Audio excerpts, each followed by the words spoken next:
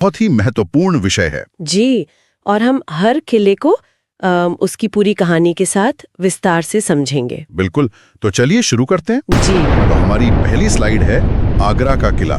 Slide पर किले की एक बहुत ही भव्य तस्वीर है और साथ में एक छोटा नक्शा भी है जो इसकी लोकेशन बता रहा है। हाँ, तो आगरा का किला जैसा कि हम सब जानते हैं आगरा में है और ये यमुना नदी के ठीक किनारे पर बना हुआ है। अच्छा, और इसका निर्माण किसने करवाया था? ये सवाल तो अक्सर पूछा जाता है। जी, इसे बनवाया था मुगल सम्राट अकबर ने।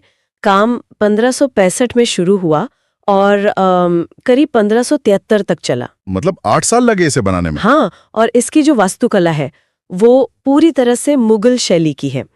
लाल बलुआ पत्थर का इस्तेमाल हुआ है जो साफ दिखता है। और ये एक यूनेस्को धरोहर स्थल भी है ना? जी, 1983 में इसे यूनेस्को विश्व धरोहर स्थल घोषित किया गया था। एक और दिलचस्प बात यह है कि ये किला बादलगढ़ नाम के एक पुराने किले के खंडहरों पर बनाया गया था। अच्छा, तो इसका पुराना नाम बादलगढ़ था। ये भी एक जरूरी पॉइंट है। बिल्कुल। किले के अंदर भी कई खास जगह हैं, जैसे जहांगीर महल, खास महल और मुसम्मन बुर्ज। ये वही जगह है जहां शाहजहां को जहां शाहजहां को औरंगजेब ने कैद किया था। और एक और ऐतिहासिक घटना है 1666 की, जब छत्रपति शिवाजी महाराज यहां औरंगजेब से मिलने दीवाने खास में आए थे। तो इस स्लाइड से मुख्य बातें हैं आगरा का किला, निर्माता अकबर, यमुना नदी के किनारे और ये एक यूनेस्को साइट है। जी, इतना याद रखना बहुत जरूरी है। चलिए अब अगली स्लाइड देखते हैं।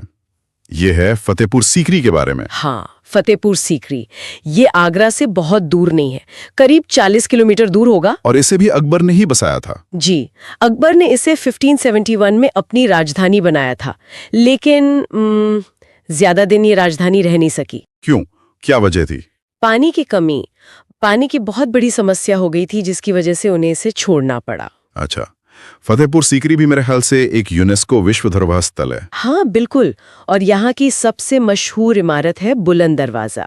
दुनिया का सबसे ऊंचा प्रवेश द्वार माना जाता है इसे। इसकी ऊंचाई कितनी है? 54 मीटर। अकबर ने इसे गुजरात विजय के उपलक्ष्य में बनवाया था। 54 मीटर, ये तो बहुत ज्यादा है। जी, इसके अलावा यहाँ शेख सलीम चिश्ती की दरगाह, जोधाबाई महल, पंचमहल और दीवाने खास जैसी कई महत्वपूर्ण जगहें हैं। तो परीक्षा की दृष्टि से बुलंद दरवाजे की ऊंचाई यानी 54 मीटर। हाँ, और ये किस जिले में है? मतलब आगरा जिले में। और शेख सलीम चिश्ती की दरगाह कहाँ है, ये भी पूछा जा सकता है, जिसका जवाब है फतेहपुर सीकरी। सही। तो इस स्लाइड से याद रखना है फतेहपुर सीकरी, अकबर की राजधानी, बुलंद दरवाजा और शेख सलीम चिश्ती की दरगाह। ठीक है, अब हम झांसी के किले की बात करेंगे। स्लाइड पर इसकी तस्वीर और एक फैक्ट कार्ड भी है। झांसी का किला, ये झांसी में बंगरा नाम की एक पहाड़ी पर बना है। और इसका निर्माण मुगलों ने नहीं करवाया था, है ना? नहीं, इसका निर्माण 1613 में ओरछा के राजा बीर सिंह देव ने करवाया था। और इसका सबसे बड़ा ऐतिहासिक महत्व तो 1857 की क्रांति से जुड़ा है। बिल्कुल, ये 1857 की क्रांति का एक बहुत बड़ा केंद्र था। यहीं से रानी लक्ष्मीबाई ने अंग्रेजों के खिलाफ, मतलब जनरल ह्यूरोस के खिलाफ युद्ध का नेतृत्व किया था। अच्छा, उस वक्त अंग्रेज जनरल ह्यूरोस था। जी, किले में एक बहुत मशहूर तोप भी रखी है जिसका नाम है कड़क बिजली।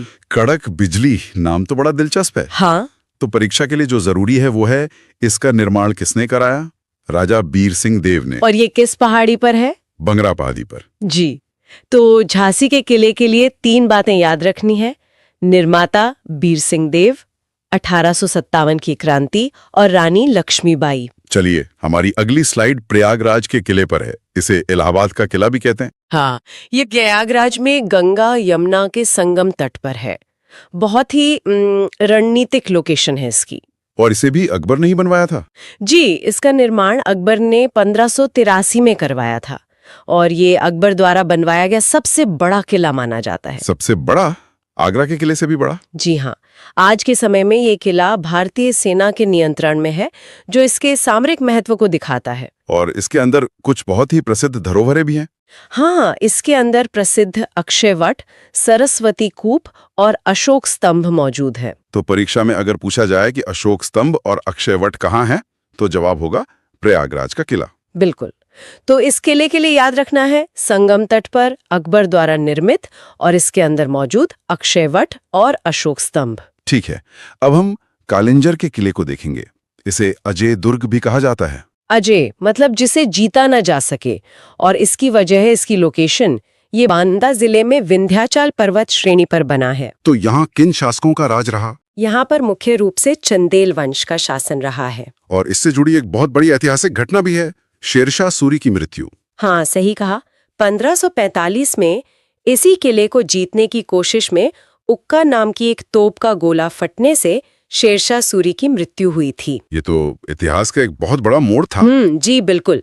इस किले के अंदर एक प्राचीन नीलकंठ महादेव मंदिर भी है जो इसका धार्मिक महत्व बताता है। तो परीक्षा के लिए कालिंजर किला बांदा जिले में है। हाँ, और शेरशाह सूरी की मृत्यु इसी किले में हुई और यहाँ चंदेल वंश का शासन था। ये 3 पॉइंट सबसे जरूरी हैं। चलिए अगली स्लाइड चुनार के किले की है। इसे तिलिस्मी किला भी कहते हैं। तिलिस्मी क्यों? इसका एक साहित्यिक कारण है। पहले इसकी लोकेशन देखते हैं। ये मिर्जापुर में गंगा नदी के तट पर है। ठीक है। पौराणिक मान्यता है कि इसे राजा विक्रमादित्य ने अपने भाई राजा भर्तृहरि के लिए बनवाया था। भर्तृहरि की समाधि आज भी यहाँ पर है। और तिलिस्मी किला वाली बात? वो देवकीनंदन खत्री के उपन्यास चंद्रकांता के वजह से है। उस उपन्यास में इसका जिक्र एक तिलिस्मी किले के रूप में किया गया है और तभी से ये नाम मशहूर हो गया। अच्छा, तो इसका संबंध चंद्रकांता से है। ये तो बहुत रोचक है। हाँ, तो परीक्षा के लिए पहला सवाल तो यही बनता है कि चुनार किला किस जिले में है? मिर्जापुर में। और राजा भर्तृहरि की समाधि भी यही है। बिल्कुल। तो चुनार के लिए याद रखना है मिर्जापुर, गंगा तट, राजा भर्तृहरि की समाधि और चंद्रकांता का तिलिस्मी किला। ठीक है, अब कुछ अन्य महत्वपूर्ण किलों पर एक रैपिड फायर राउंड करते हैं। वाराणसी का रामनगर किला, ये भी गंगा के किनारे है और इसकी सबसे खास बात यह है कि ये आज भी एक जीवित किला है। जीवित किला? हाँ, मतलब ये कि ये कोई वीरान स्मारक नहीं है। ये आज भी काशी नरेश और उनके शाही परिवार का निवास स्थान है। अच्छा। इसे 1750 में काशी नरेश बलवंत सिंह ने बनवाया था। इसकी बनावट में मुगल और राजपूत शैली का मिश्रण दिखता है। मैंने सुना है कि इसके अंदर एक बहुत ही अनोखा संग्रहालय भी है। पुरानी अमेरिकी कारें, हाथी दांत की कलाकृतियां और एक धर्म घड़ी नाम की कोई चीज। हाँ, वो धर्म घड़ी एक तरह की ज्योतिषीय घड़ी है जो सिर्फ समय ही नहीं बल्कि हफ्ते, महीने और ग्रहों की स्थिति भी बताती है। ये संग्रहालय इस किले के बदलते हुए स्वरूप को दिखाता है। कैसे? एक जमाने में ये सत्ता का केंद्र था और आज ये संस्कृति और इतिहास को सहेजने का एक केंद्र बन गया है। तो हमने बड़े साम्राज्यों के किले देखे, बगावत के केंद्र देखे और किंवदंतियों वाले किले भी देखे। लेकिन उत्तर प्रदेश में और भी कई किले हैं जिनका अपना एक अलग महत्व है। हाँ, बहुत है। चलिए एक नजर उन पर भी डालते हैं। जैसे कि ललितपुर का तालबेहट दुर्ग। तालबेहट का किला, इसे 1618 में चंदेरी के राजा भरत शाह ने बनवाया था। इसका नाम बड़ा दिलचस्प है। क्या? ताल यानी झील और बेहट यानी गांव। ये एक बड़ी झील के किनारे बना है।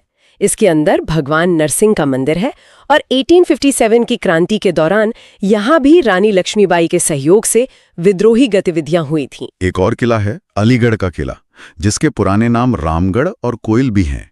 इसका इतिहास तो लोदी वंश तक जाता है। बिल्कुल। इसका निर्माण इब्राहिम लोदी के समय 1524-25 के आसपास हुआ था। इसकी बनावट भी खास है। ये एक बहुभुज यानी पॉलीगॉन के आकार का है और इसके चारों तरफ एक गहरी खाई है। और आज ये किसके पास है? आज ये अलीगढ़ मुस्लिम यूनिवर्सिटी के अधीन है और उनका बॉटनी यानी वनस्पति विज्ञान विभाग यहाँ से काम करता है। तो एक पुरानी सैन्य इमारत आज शिक्षा के काम आ रही है। जी।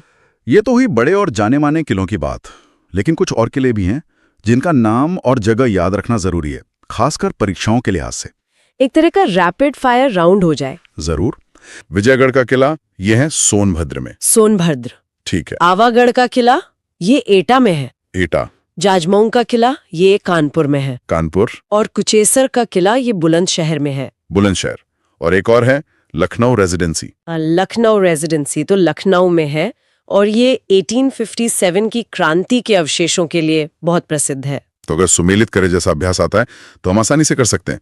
सोनभद्र, विजयगढ़, एटा, आवागढ़ और कानपुर, जाजमऊ। एकदम सही। तो चलिए अब सब कुछ एक सारांश शीट से दोहराते हैं। जी। मुख्य किले और उनके निर्माता एक बार फिर से देख लेते हैं। आगरा और प्रयागराज का किला अकबर, झांसी का किला बीर सिंह देव, और एक और है रामनगर किला जिसे काशी नरेश बलवंत सिंह ने बनवाया था। यहाँ कुछ स्मृति मंत्र यानी मेमोरी टिप्स भी दिए हैं। हाँ, ये बहुत काम के हैं। जैसे टिप 1, अकबर ने 2 बड़े किले नदी किनारे बनवाए, आगरा का किला यमुना के किनारे और इलाहाबाद का किला संगम पर। ये याद रखने का अच्छा तरीका है। और टिप 2, कालिंजर से जुड़ी बातें याद रखनी है, बांदा जिला, अजय दुर्ग और शिव मंदिर। बहुत बढ़िया। तो ये थे उत्तर प्रदेश के कुछ प्रमुख किले।